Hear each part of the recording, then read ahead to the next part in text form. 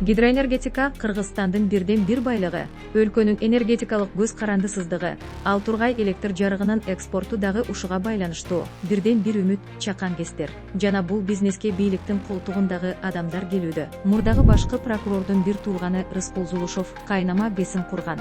Каражатты болсо Орус-Кыргыз өнүктүрүү фонду менен Австриялык банк берген. Бул өтө кирешелүү бизнес. Мамлекет Чакан КЭСтен электрди эң жогорку тариф менен киловатт саатын 4,42 сомдон сатып алат. Станция 6-8 жылда өзүн актаса, андан кийин таза киреше алып келе баштайт.